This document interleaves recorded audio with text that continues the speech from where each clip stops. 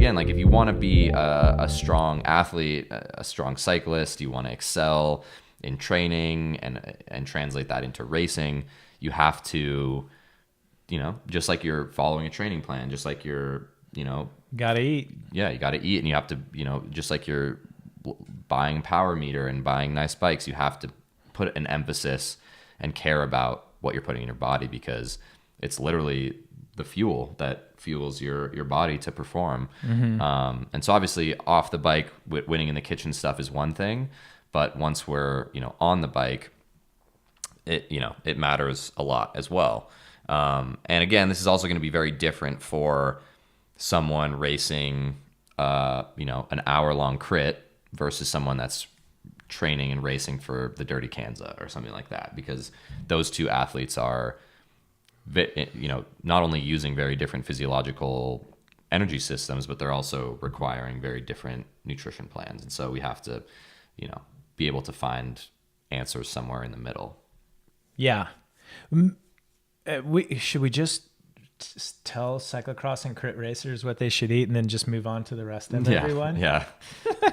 Maybe not. We'll come back to that. Yeah. Well, I mean, I think again, this all kind of comes down to we're talking majority of this conversation is going to be about training rides or races that are basically over an hour, around 1 to 2 hours, up to long endurance marathon mountain bike rides, Dirty Kanza, gravel races, stuff like that. That's really where this stuff starts to matter a lot more. I mean, if you're racing an hour-long crit, maybe you slam a gel, 30 minutes to go, 20 minutes to go, just to get that little extra boost. But the reality is that your glycogen stores, that you're going to have enough fuel in the tank to get you through that race.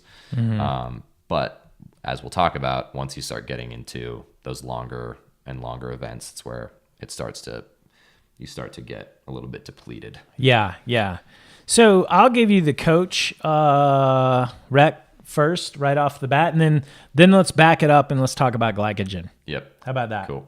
So for all you guys out there, gals, doing the crusher, the gravel events, the oat root style, I think it's super duper important to eat every 30 minutes. Okay. You got to, and we'll get into why. And then the recommendation I give everyone is go gels, blocks, bars every 30 minutes. So that's at 30 minutes, a gel like this. At 60 minutes, some blocks like this, maybe half the pack. And then at 90 minutes, a bar or a rice cake.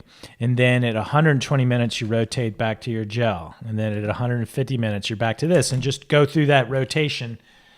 And you're topping off your blood sugar, you're sparing your muscle glycogen, and you're not getting depleted, and that's gonna keep you going. And when we do our simulation rides, we've podcasted about that, these gravel simulation rides.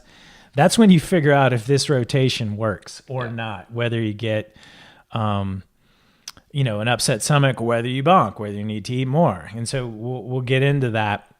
But I think the core of everything is every 30 minutes rotating through. Never gels 100% of the time, never blocks 100% of the time.